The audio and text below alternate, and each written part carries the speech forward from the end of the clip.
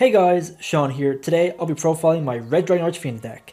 This is a fairly budget build, not running anything too expensive in this deck, so fairly accessible to budget players. We do run a little mini Bystial engine, but I would call this a pure Red Dragon Archfiend deck. So let's get right into it. To begin with, we have triple Soul Resonator. When it's summoned, you can add a level 4 or lower Fiend monster from your deck to your hand. Also, if it's in your graveyard and you control a Red Dragon Archfiend or a Synkron monster that mentions it, it can protect any of your cards from being destroyed. So 3 copies is essential, pretty much your main combo starter of the deck. Next up, triple Crimson Resonator. You can special summon him if you control no monsters, and if the only other monster you control on the field is a Dark Dragon Synchro monster, you can special summon 2 Resonator monsters from your deck. So this and a level 4 extender is basically full combo, an insanely good card in the deck. Definitely run out of 3 because you always want to see it. It's an extender and it makes your combos go insane. Next up, double Vision Resonator. You can special summon it if there's a level 5 or higher dark monster on the field. And when it's sent to grave, you can add a spell trap that mentions Red Dragon Archfiend. A good extender, it gets you into your spell traps, but I do think 2 is all you need to run. For the last few Resonators, we have 1 Creation Resonator and 2 Synkron Resonator. So Creation Resonator, you can special summon it if you control a level 8 or higher Synchro. And Synkron Resonator, you can special summon it if you control a Synchro. And if it's sent to grave, you can add a Resonator besides itself from your grave to your hand. These are very important for your combos because they're all different levels. Having Creation Resonator can be very helpful for going into certain things. Synkron Resonator can be good to help you go into something like a Hot Red Dragon Archfiend Abyss. So you can go 8 and 1 into a 9. So I think these ratios are pretty good. Next up for some extenders here, we have triple Bone Archfiend, probably the best card in the deck. You can special summon it by sending a card from your hand or field to the graveyard. You can do this from your hand or graveyard. And while it's on the field, you can target a monster you control, send a Fiend from your deck to the graveyard, and then you can increase or decrease the targeted monster's level by 1. So very important for your combos. Usually you'll be using this to decrease the level of something like your Soul Resonator, so you can go into level 6. Sometimes you'll increase its level, so you can special summon your Vision Resonator. But the main important part is to dump something like a Vision Resonator or a Red Resonator, so you can benefit off your Vision Resonator, or you can bring back your Red Resonator using a card like your Red Rising Dragon. Next up, 2 copies of Wandering King Wildwind. You can special summon it if you control a Fiend with 1500 less attack, which is all your Resonator monsters. And if it's in the graveyard except the turn it was sent there, you can banish it to add a Fiend monster with 1500 less attack, which is basically every one of your Resonator monsters. I think 2 copies is really nice as an additional extender. And finally, we have 1 Obsessive Uvualoop. So it's a very good extender.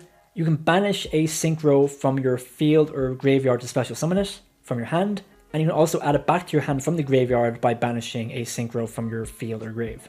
Banishing certain monsters is really important in this deck with cards like Red Zone.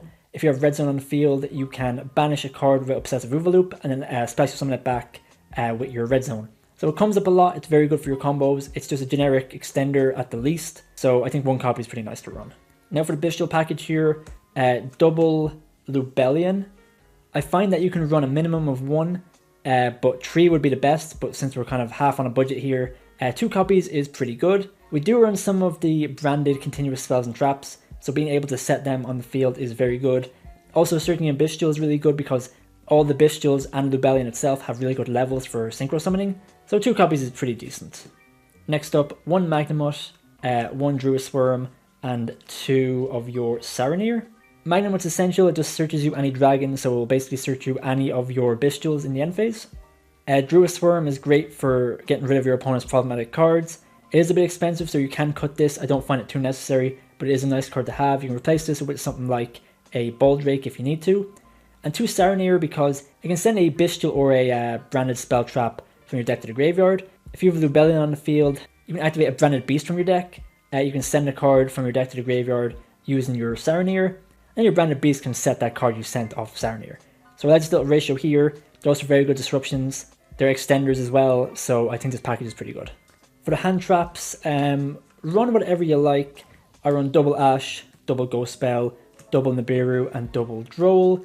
But of course, it's format dependent, and it's player preference as well. So definitely just run whatever hand trap ratio you want. Onto the spells here, we have triple Resonator Call, just adds you any Resonator monster from your deck to your hand. Triple Crimson Gaia, It's a continuous spell. During your main phase, you can add a Red Dragon Archfiend or one card that mentions it from your deck or grave to your hand. So this can search you your Vision Resonator, or it can search you something like your Red Zone. When a card on the field is destroyed, it can bring back a Red Dragon Archfiend from your graveyard. And when a Red Dragon Archfiend monster attacks, you can flip all your opponent's monsters to face down defense position. So a very versatile card. It's great for getting resources every turn. Really helps you break boards. So 3 copies is very good. 1 copy of Absolute Powerforce mainly helps you go for the OTK. You can target a Red Dragon Archfiend monster you control, and if it attacks a monster, it will gain these effects. So it will gain 1000 attack. It will stop your opponent from activating cards or effects until the end of the damage step. Your monster will do piercing, and any battle damage you deal will be doubled. So very good for going for OTKs. I think 1 copy is pretty good because we can search it whenever we need it. For the final spell, we have a Branded Regained. Because we run Bystials and because we run Lubellion, we can easily get this out. Whenever a card is banished, we can draw a card. And if our opponent summons a monster, we can bring back a Bystial from the graveyard. So 1 copy is all we need. Finally, for the traps, we have 1 Red Zone. You'll mainly be searching this off of your Crimson Gaia. If your opponent activates a card or effect while you control a Synchro monster that mentions Red Dragon Archfiend, you can pop a card in the field. You can also target one of your banished Dark Dragon Synchro monsters and special summon it. You activate both of these effects per turn. An insanely good card. Next up, Red Rain. If we control a level 8 or higher Dragon Synchro, you can banish all monsters on the field except the monsters with the highest level, and then the monsters remaining on the field are unaffected by card effects until the end of the turn. This card can also recycle itself. If you Synchro summon a monster, you can add it back to your hand. So a great card. Sadly, we can't search it because it doesn't mention Red Dragon Archfiend, but with the new support coming out, you'll be able to search this card, which will be very insane for the deck. For the last 2 branded cards, we have 1 Branded Beast and 1 Etude of the Branded. So Branded Beast, if you control a Bystial, during your main phase you can tribute a dragon monster to pop a card in the field. And also during the end phase, if you have any branded spell traps in your graveyard, you can activate them from your graveyard during the end phase. Etude of the Branded is a very funny one, because you can Synchro summon during your opponent's turn, which can help you go into your King Calamity to lock your opponent. But also, while you control a Bystial, any monster used as material for any type of extract summon gets banished instead. So it's a very good disruption. If your opponent tries to link, Synchro, Fusion, any of those cards used as material will get banished. So definitely a good card to run even if you're not planning on using the King Calamity lock. Onto the extra deck now, we have triple Red Rising Dragon. When it's summoned, you can target a Resonator monster in the graveyard and special summon it. You'll be trying to summon something like a Red Resonator so you can use its effect to summon 2 monsters. But also, whilst in the graveyard, except the turn it was sent there, you can banish it to special summon 2 level 1 Resonator monsters from your graveyard. We run 2 Synkron Resonator, so we can summon both as follow-up for the next turn. Also, it's not a hard once per turn, so 3 copies is very good. Next up, 1 Curry Belt. It's a generic Synchro 7, which sometimes we have to go into. When it's summoned, we can pop a card in the field. So very versatile, it's very good to go into. It's the only level 7 we run, but the only level 7 we need.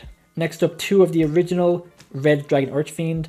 We don't use this card for its effect, we just use it because it's a very easy level 8 body to summon. But its effect is, if it attacks a defense position monster, we can destroy all defense position monsters our opponent controls. And during the end phase, if any of our monsters did not attack, we have to destroy all monsters that did not attack.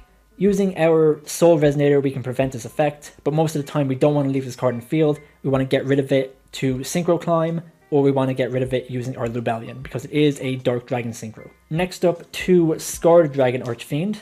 It always counts as Red Dragon Archfiend while on the field and in the graveyard. And if it leaves the field, you can special summon the original Red Dragon Archfiend from your extra deck. But if it leaves the field for a Synchro summon, you can destroy all attack position monsters your opponent controls. So very good for breaking boards, but even going first as a combo extender, it is fantastic. Next up, 1 Scarlight Red Dragon Archfiend. During your main phase, you can destroy all monsters your opponent controls with attack less than or equal to his attack, which is 3k, and then burn your opponent for 500 for each card that was destroyed.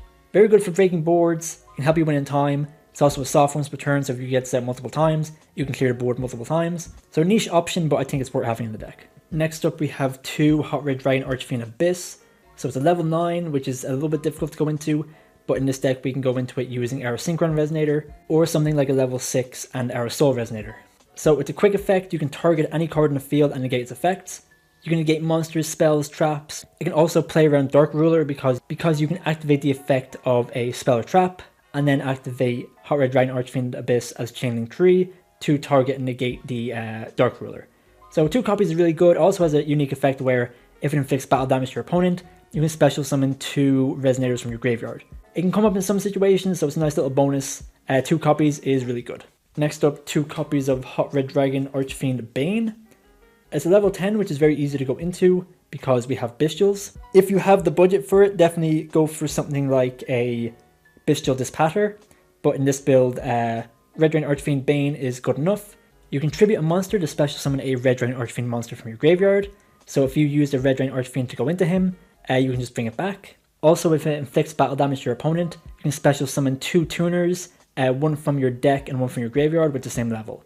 So it can come up in certain situations. Nice to be able to special summon a monster from your deck, so 2 copies is pretty good. And finally, we have 2 level 12s here. We have Red Supernova Dragon and Hot Red Dragon Archfiend King Calamity. So Supernova Dragon needs 3 tuners and 1 non-tuner synchro monster. It gains 500 attack for each tuner in the graveyard. All of our Resonators are tuners and a lot of our level 4 extenders are tuners. So it's very easy to get this card up to something like 6k attack.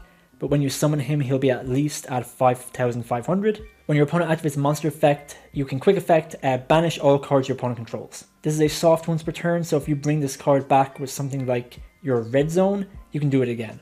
So it's an insanely strong card. A lot of your combos can just end on this, which is really good. Unfortunately, it does not count as a Red Dragon Archfiend monster, but it's definitely worth running regardless. Hot Red Dragon Archfiend King Calamity, as we all know, the King Calamity lock is very easy to pull off in this deck. It doesn't have to be your main win con, but it's a very good option to have.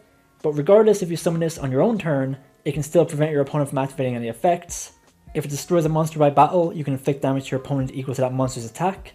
And if it's destroyed by your opponent's card effect, you can special summon a level 8 or lower Dark Synchro monster from your graveyard. So that's it for my Red Dragon Archfiend deck profile. Overall, I think it's a pretty good build, especially for being on a budget. You can definitely cut down on your Bystial package a bit if you need to, but I think this build is fairly good. It's very easy to expand upon. It's strong in its own right. So let me know what you think in the comments. If you have any suggestions or ideas, let me know. And if you want to see a more competitive build of this deck, let me know as well. Thanks for watching.